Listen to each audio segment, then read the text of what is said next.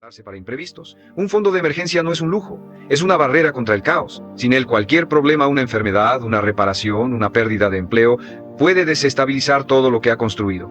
Con él, esas mismas situaciones se vuelven manejables. Y cuando su vida financiera es estable, el resto de las áreas puede alinearse con mucha más facilidad, porque el orden no es solo físico o mental, también es numérico. Y cuando domina esos números, domina gran parte de su destino. Poner en orden su vida también exige tomar control de su mente. Puede tener sus finanzas equilibradas, su agenda planificada y su entorno limpio.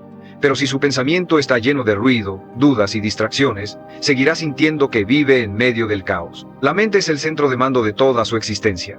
Lo que ocurre ahí se refleja en cada decisión, cada acción y cada resultado. Y si no la entrena, se convierte en un terreno fértil para la procrastinación, la inseguridad y la autocomplacencia. La mayoría de los hombres no tienen problemas por falta de capacidad, sino por falta de dirección mental. Sus pensamientos son dispersos, saltan de una preocupación a otra, se enredan en lo que no pueden cambiar y pierden energía en lo que no merece su atención. El orden mental comienza con aprender a filtrar lo que entra en su cabeza. Cada conversación, cada noticia, cada contenido que consume es alimento para su mente. Si se alimenta de basura, no espere claridad. Si se rodea de negatividad, no espere optimismo. Así como no llenaría su cuerpo de comida dañina esperando tener salud, no puede llenar su mente de ideas tóxicas y esperar productividad y paz. Filtrar lo que ve, lo que escucha y con quién pasa tiempo no es elitismo, es autocuidado. Porque su energía mental es limitada y cada estímulo compite por ella. Otra clave es desarrollar un sistema para procesar sus pensamientos. No se trata de reprimir lo que siente, sino de canalizarlo. Anotar ideas, reflexionar a solas, practicar meditación o simplemente caminar sin distracciones le da a su mente el espacio para ordenar lo que de otra forma quedaría atascado. La claridad no llega por accidente. Es el resultado de crear espacios para pensar. Un hombre que no se detiene a pensar está condenado a reaccionar impulsivamente. Y las reacciones impulsivas rara vez crean una vida en orden. En este punto quiero que recuerde algo. Si este mensaje le está ayudando, suscríbase al canal. Aquí encontrará herramientas constantes para fortalecer su mente y dirigir su vida con intención. Y cuénteme en los comentarios, ¿qué es lo que más le distrae en su día a día y que sabe que debe eliminar para tener más control mental? Porque al final su vida es una proyección de su mente. Si quiere que su entorno sea más claro, su camino más recto y su destino más predecible, primero debe poner en orden el único lugar que siempre lleva consigo, sus pensamientos. Un pensamiento disciplinado genera acciones precisas. Acciones precisas generan resultados consistentes. Y resultados consistentes construyen una vida estable. Su mente es el terreno, su disciplina, la herramienta, su vida ordenada, la cosecha. Poner su vida en orden requiere también alinear su salud física con sus objetivos. No importa qué tan clara sea su visión o qué tan precisos sean sus planes, si su cuerpo no tiene la energía, la fuerza y la resistencia necesarias, todo se vuelve más difícil. La disciplina que aplica en su salud se refleja. Has dejado de avanzar porque pensaste que no podías. ¿Cuántas veces has dudado de lo que Dios podía hacer en tu vida porque las circunstancias parecían imposibles? Aquí es donde entra la fe. La fe no significa que nunca vas a sentir miedo, significa que el miedo no va a gobernar tu vida. En 2 de Timoteo 1, Dios nos dice algo clave, porque no nos ha dado Dios espíritu de cobardía, sino de poder, de amor y de dominio propio. ¿Ves lo que dice aquí? Dios no nos ha dado miedo. No es parte de su diseño para nosotros. Lo que nos ha dado es poder. Y es que cuando tienes fe, el miedo pierde su poder sobre ti. Porque sabes que no estás solo, sabes que no depende solo de ti, sino de Dios. Y cuando realmente crees eso, el miedo no tiene opción más que desaparecer. Mira el caso de Pedro cuando caminó sobre el agua. Jesús lo llamó. Y mientras Pedro tenía su mirada en Jesús, todo estaba bien. Pero en el momento en que miró las olas, en el momento en que se enfocó en la tormenta en vez de en Jesús, empezó a hundirse. Esto nos pasa a todos. Cuando ponemos nuestra atención en Dios, caminamos en victoria. Pero cuando ponemos nuestra atención en los problemas, en el miedo, en las dificultades, nos empezamos a hundir. Por eso una mente fuerte no es la que nunca siente miedo, sino la que sabe qué hacer cuando el miedo aparece. Y la respuesta es simple: mirar a Dios. Cuando tengas ansiedad, cuando sientas que no puedes, cuando el miedo te quiera paralizar, recuerda esto. Dios no te ha dado un espíritu de cobardía. No dejes que el enemigo te haga pensar que no puedes, que no eres suficiente, que no hay salida. Porque si Dios está contigo, todo miedo es una mentira. Así que la tercera clave para ser fuerte mentalmente es esta. No dejes que el miedo gobierne tu vida. Llénate de fe, Mantén tu mirada en Dios y sigue adelante, porque el miedo solo tiene poder cuando tú se lo das. Parte 4. La fe transforma la ansiedad en paz y seguridad. Aquí es donde muchos fallan. Creen que tener fe significa que nunca van a sentir ansiedad, que nunca se van a preocupar, que siempre van a estar en paz automáticamente. Pero no es así. La fe no es una varita mágica que hace que todos tus problemas desaparezcan. La fe es una elección diaria, una disciplina mental y espiritual que requiere que confíes en Dios, incluso cuando no entiendes lo que está pasando. La ansiedad es, en esencia, el resultado de una mente que se enfoca más en los problemas que en la presencia de Dios. Es lo que sucede cuando miras el futuro con miedo en vez de con confianza. Cuando te preocupas más por lo que podría salir mal, en vez de recordar todo lo que Dios ya ha hecho en tu vida. Mira lo que dice Filipenses 4. Por nada estéis afanosos, sino sean conocidas vuestras peticiones delante de Dios en toda oración y ruego, con acción de gracias. Y la paz. El plan era tan simple como cruel.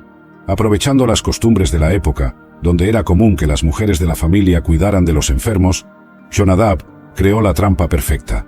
Sabía que ni David ni Tamar sospecharían de malas intenciones en una petición aparentemente inocente de un hermano enfermo. La ejecución del plan revela cuánto se había corrompido Amnón. No dudó en mentir a su padre, manipular a su hermana y abusar de la confianza familiar. Las Escrituras muestran en segundo libro de Samuel capítulo 13, versículo 6, cómo fingió su enfermedad. Se acostó, pues, Amnón, y fingió que estaba enfermo, y cuando el rey vino a verle, Amnón le dijo: «Te ruego que venga mi hermana Tamar y haga delante de mí 2 tortas, para que coma yo de su mano». La petición sonó natural a los oídos de David. Al fin y al cabo, ¿quién sospecharía de maldad en un hermano que quiere ser cuidado por su hermana? Este es uno de los momentos más dolorosos de la narrativa, pues vemos cómo la inocencia de un padre puede inadvertidamente poner en peligro a sus hijos. En su sabiduría, el libro de Proverbios capítulo 27, versículo 12, nos advierte: «El avisado ve el mal y se esconde, mas los simples pasan y reciben el daño». En este caso, todas las señales de peligro fueron ignoradas. La obsesión enfermiza de Amnón, el consejo sospechoso de Jonadab y la inusual petición de cuidados específicos. El plan de Amnón no era solo satisfacer un deseo prohibido, era sobre poder, control y la perversión de los lazos familiares. Usó su posición como primogénito, la confianza de su padre y la bondad de su hermana para crear una situación donde podría realizar sus intenciones más oscuras. Mientras Tamar, inocente y obediente, se dirigía a los aposentos de su hermano para cuidarlo, nadie podría prever el horror que estaba a punto de suceder. Como está escrito en Eclesiastés capítulo 7, versículo 26, «Y he hallado más amarga que la muerte a la mujer cuyo corazón es lazos y redes, y sus manos ligaduras. El que agrada a Dios escapará de ella, mas el pecador quedará en ella preso». Lo que sucede a continuación está registrado en segundo libro de Samuel capítulo 13, con una claridad dolorosa. Cuando Tamar llega a los aposentos de Amnón, encuentra a su hermano aparentemente enfermo. Con dedicación fraternal, prepara los alimentos delante de él, demostrando todo el cuidado que una hermana devota podría tener. Pero entonces, la máscara cae. Y cuando ella le presentó para que comiese, él la asió y le dijo: «Ven, hermana mía, acuéstate conmigo». Segundo libro de Samuel capítulo 13, versículo 11. En ese momento terrible, Tamar se da cuenta de la trampa en la que ha caído. Su respuesta inmediata revela no solo su carácter, sino también su conocimiento de la ley y su inteligencia en una situación de extremo. Lo envolvió en el lino y lo colocó en un sepulcro que había sido excavado en la roca. A continuación, rodó una gran piedra en forma de rueda contra la entrada del sepulcro. José de Arimatea fue nombrado después de su ciudad natal en Judea para distinguirlo de otros Josés mencionados en la Biblia. Aunque no hay mucha información bíblica sobre él, podemos aprender algunas cosas a partir del texto. Lucas 23, versículo 50, afirma que José era miembro del Consejo Judío de Sanedrín, que clamó por la crucifixión de Jesús. Sin embargo, el versículo 51 revela que José se opuso a la decisión del Consejo y era secretamente un seguidor de Jesús. Marcos 15, versículo 43, también confirma esto. José era un hombre rico, aunque la fuente de su riqueza es desconocida. Además, La Biblia retrata a José como un hombre bueno y justo. Después de la crucifixión de Jesús, José tomó un enorme riesgo al acercarse al gobernador romano Pilatos para solicitar el cuerpo de Jesús. Nicodemo, un fariseo que anteriormente se encontró con Jesús para preguntar sobre el reino de Dios, acompañó a José. Pilatos les concedió permiso para cuidar del cuerpo de Jesús, y ellos inmediatamente comenzaron a prepararlo para el sepulcro. Siguiendo la costumbre judía, envolvieron el cuerpo en tiras de lino mezcladas con mirra y áloes. Sin embargo, era el día de la preparación, que era el 6º día de la semana, justo antes del sábado judío, y estaban quedándose sin tiempo. Entonces, José y Nicodemo rápidamente colocaron a Jesús en el propio sepulcro de José, que estaba ubicado en un jardín cerca del lugar de la crucifixión. José y Nicodemo no sabían que estaban cumpliendo la profecía de Isaías al colocar a Jesús en el sepulcro de José. La profecía afirmaba que él fue asignado a una sepultura con los impíos y con los ricos en su muerte, aunque no había cometido violencia, ni había engaño en su boca. Isaías 53, versículo 9. Esto es solo una de las muchas profecías que sirven para confirmar la identidad de Jesús como el Mesías y Hijo de Dios. Según el Evangelio de Juan, Simón Pedro entró en el sepulcro después de la resurrección de Jesús y encontró tiras de lino junto con el paño que había sido enrollado alrededor de la cabeza de Jesús. El paño todavía estaba en su lugar, separado de las tiras de lino. Sin embargo, en el Evangelio de Lucas se menciona que Pedro corrió hacia el sepulcro y vio las tiras de lino yaciendo por sí mismas, mientras se inclinaba sobre ellas. El sufrimiento de Jesús no comenzó solo en la cruz, sino en el camino hacia Jerusalén. Estos eventos ocurrieron aproximadamente una semana antes de que Jesús fuera crucificado. Él sabía que estaba yendo al lugar donde moriría, ofreciéndose en el altar del Calvario como un sacrificio por el pecado. Los discípulos estaban nerviosos y había un sentido de presagio en el aire. He's saying, as long as I have God, I have all I need. And friend, that's the truth for you too. You don't have to chase after the things of this world to feel secure. You don't have to worry about tomorrow. Your shepherd is already ahead of you, making sure you have everything you need. So take a deep breath, trust him, and know that you are never without because your shepherd is always with you. Chapter 3. He makes me lie down in green pastures, the secret of rest. Let's be honest, most of us don't know how to rest. We live in a world that glorifies hustle. Work harder, do more, keep pushing, stay busy. And even when we do take a break, our minds are still racing with worries. Bills, deadlines, relationships, the future. But here's the question. If we serve an all-powerful God, why are we so restless? David writes in Psalm 23:2, "He makes me lie down in green pastures." That sounds peaceful, right? But there's something deeper here, a hidden spiritual truth that most people overlook. Why do sheep struggle to lie down? If you know anything about sheep, you know they don't just lie down easily. In fact, a sheep will only lie down when 4 things are true. 1. They are free from fear. Sheep are easily frightened. The tiniest disturbance, a shadow, a strange noise, will keep them on edge. 2. They are free from tension. Sheep have a hierarchy. If there's conflict among them, they'll stay restless. 3. They are free from hunger. A hungry sheep is a restless sheep. 4. They are free from pests. Flies and parasites constantly irritate sheep, making it impossible for them to relax. Do you see where I'm going with this? God wants to lead you into true rest, but many of us are spiritually restless because we are full of fear, worried about the future. We are full of tension, holding on to grudges and unforgiveness. We are spiritually hungry, starving for God's presence. We are distracted, irritated by the constant noise of life. So what does God do?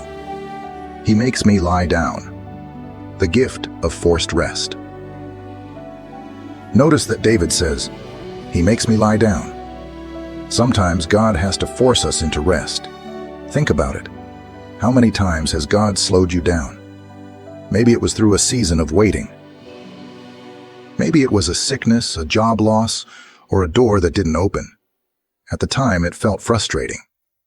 But what if God was actually leading you to rest? God doesn't force rest because He's cruel. Tus problemas se van a evaporar, pero sí te vas a sentir acompañado sabiendo que no estás luchando solo. Es un recordatorio constante de que hay algo más grande en juego y que incluso en los días más difíciles, Dios está ahí, orquestando todo de una manera que a veces no entendemos, pero que siempre tiene un propósito. Y hablando de propósito, aquí entra algo que es crucial. A veces nos olvidamos de que Dios no es solo un espectador en nuestra vida. Él quiere ser un participante activo. Quiere guiarte, quiere ayudarte a tomar decisiones que estén alineadas con su voluntad. Y cuando empiezas a dejarle espacio para que lo haga, te das cuenta de que las cosas comienzan a fluir de una manera mucho más natural. Es como remar a favor de la corriente. Cuando tratas de controlar todo, te cansas, luchas y muchas veces te frustras porque no todo sale como esperabas. Pero cuando sueltas un poco ese control y dejas que Dios sea quien te guíe, te das cuenta de que las cosas empiezan a encajar de una manera que antes no habías visto. No es que te vuelves pasivo, al contrario, sigues tomando acción, pero lo haces con una confianza diferente, sabiendo que no estás solo en este camino. A lo largo del video vamos a ver cómo involucrar a Dios en áreas específicas de tu vida. Vamos a hablar de tus relaciones, de tus decisiones, de tus sueños y hasta de esos momentos donde parece que nada tiene sentido. Porque una vez que aprendes a llevar a Dios a cada rincón de tu vida, empiezas a experimentar una paz que no depende de las circunstancias. Empiezas a vivir con una confianza que va más allá de lo que puedas entender. Y ese es el punto de todo esto. No es que tus problemas desaparezcan, pero sí cambia la manera en que los enfrentas. No es que dejes de trabajar por tus sueños, pero sí empiezas a caminar con una certeza diferente, sabiendo que lo que está en tus manos hacer, lo harás con todas tus fuerzas, y lo que no puedes controlar, lo dejas en manos de Dios. Porque cuando llegas a ese punto, cuando realmente sueltas el control y dejas que Dios haga lo suyo, todo cambia. Es como si dejaras de remar contra la corriente y finalmente empezaras a fluir con el río. Y créeme, esa es una de las sensaciones más liberadoras que puedes experimentar. Así que, mientras seguimos en este viaje, quiero que te vayas preparando para profundizar en cómo puedes empezar a practicar esto en cada área de tu vida. Porque no se trata solo de decirlo, se trata de vivirlo. Y cuando lo vives, la vida mejora de maneras que nunca imaginaste. Y aquí es donde empieza lo más interesante. Porque claro, hablar de involucrar a Dios en todo suena muy bien en teoría, pero lo importante es llevarlo a la práctica. ¿Cómo hacemos que esa conexión con Dios se refleje en lo que vivimos cada día? Y sobre todo, ¿cómo lo hacemos de una manera que sea genuina, que no sea simplemente un ritual vacío, sino algo que realmente transforme nuestro corazón y nuestra forma de vivir? Bueno, la clave está en la intención con la que te acercas a Dios. ¿Cómo conciliar esto con la idea de la destrucción de los impíos? Es importante entender que la misericordia de Dios se manifiesta primeramente en la oferta de la salvación. Porque de tal manera amó Dios al mundo, que ha dado a su Hijo unigénito, para que todo aquel que en Él cree no se pierda, mas tenga vida eterna. Juan 3:16. Dios no quiere que nadie se pierda. Él da a todos la oportunidad de arrepentirse y ser salvos.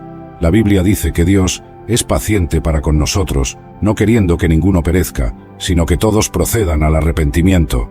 2 Pedro 3:9. Incluso en el juicio final, la misericordia de Dios se manifestará. La destrucción de los impíos no será un acto de venganza, sino de justicia necesaria para eliminar el mal y el sufrimiento del universo. Además, la propia idea de que los impíos serán destruidos y no torturados eternamente es una manifestación de la misericordia de Dios. Él no se complace en la muerte del impío, sino en que se convierta y viva. Ezequiel 33:11. El libre albedrío y sus consecuencias. Una cuestión fundamental en esta discusión es el libre albedrío. Dios nos creó con la capacidad de elegir. Él no nos fuerza a amarlo u obedecerlo. Respeta nuestra libertad de elección, pero toda elección tiene consecuencias. Si elegimos rechazar a Dios y su oferta de salvación, estamos eligiendo vivir eternamente separados de Él. Y como Dios es la fuente de toda vida, esa separación resulta en la muerte eterna. C.S. Lewis, famoso autor cristiano, lo expresó de esta manera: hay dos tipos de personas, las que dicen a Dios hágase tu voluntad, y aquellas a quienes Dios dice que se haga tu voluntad. Dios respeta tanto nuestra libertad que permite que elijamos nuestro destino eterno. Si pasamos la vida rechazando a Dios, Él no nos forzará a pasar la eternidad con Él. Es por eso que la Biblia nos exhorta: escogeos hoy a quién sirváis. Josué 24:15. Nuestras elecciones diarias moldean nuestro carácter y determinan nuestro destino eterno. La urgencia de la decisión. Ante todo esto, queda clara la urgencia de decidir por Jesús. No sabemos cuánto tiempo tenemos en esta vida. La Biblia dice: y de la manera que está establecido para los hombres que mueran una sola vez, y después de esto el juicio. Hebreos 9:27. Muchos posponen esta decisión, pensando que tendrán tiempo más tarde. Pero, ¿y si ese tiempo no llega? ¿Y si hoy fuera tu último día de vida? Jesús contó una parábola sobre un hombre rico que hacía grandes planes para el futuro, pero Dios le dijo: necio, esta noche vienen a pedirte tu alma. Lucas 12:20. No podemos jugar con la eternidad. La decisión por Jesús es la más importante que podemos tomar en la vida. Determina dónde pasaremos la eternidad. El apóstol Pablo dice: he aquí ahora el tiempo a Sodoma. Cae fuego del cielo sin posibilidad de refugio para quien permaneció fuera del abrigo divino. La era en que vivimos se caracteriza por una corrupción tan profunda que muchos ni siquiera perciben que algo anda mal. El pecado ha pasado a ser alabado, defendido y convertido en bandera de libertad. Las prácticas que deberían avergonzar se tratan como conquistas modernas. Ya no se trata solo de pecar en secreto. El mundo quiere la aprobación pública del pecado, exigiendo que todos respalden lo que Dios desaprueba claramente en las Escrituras. En este escenario, muchos cristianos se sienten presionados a callar o ceder. Sin embargo, al igual que Noé y Lot, necesitamos alzar nuestra voz en favor de lo santo, aunque la mayoría se burle de nosotros. Es una cuestión de fidelidad al llamado divino. El consuelo es que el Señor conoce a los que son suyos. Él no permitirá que el justo perezca junto con el impío. En los pasajes sobre el diluvio y la destrucción de Sodoma, vemos que Dios actúa en el momento justo, librando a quienes permanecen firmes en su temor. Esto no significa que no enfrentaremos dificultades o persecuciones, pues la Biblia nunca prometió ausencia de pruebas, pero sí asegura que existe una protección especial para quienes viven conforme a la voluntad de Dios. Al final, al igual que el arca flotó sobre las aguas y que Lot fue sacado de la zona de calamidad, los fieles serán guardados y guiados a la vida eterna. La promesa del regreso de Cristo es un hito innegable de esperanza. El problema nunca ha sido la veracidad de esta promesa, sino la disposición de nuestro corazón para creer y prepararnos. Tal vez muchos se pregunten por qué aún no ha vuelto, y las Escrituras nos revelan que el Señor es paciente, no queriendo que algunos se pierdan, sino que todos lleguen al arrepentimiento. Sin embargo, este tiempo de gracia no es infinito. Así como se cerró la puerta del arca, también se cerrará la oportunidad de reconciliación cuando Él venga. Y en ese momento, de nada servirá argumentar que había planes de convertirse, porque el plazo habrá expirado. Por tanto, la advertencia que se repite es la misma: velad y orad, porque no sabéis cuándo llegará el momento. Todo esto nos invita a reflexionar seriamente sobre cómo estamos viviendo. Si la inmoralidad y la violencia avanzan, si vemos que la crueldad se banaliza, si notamos que las familias se fragmentan y que los valores cristianos son cada vez más atacados, no debemos desesperar, sino reconocer que esas señales fueron anunciadas. La profecía no es para infundir miedo, sino para prepararnos. Quien esté despierto comprenderá que el escenario se desarrolla según lo anunciado y se esforzará en permanecer fiel al Señor.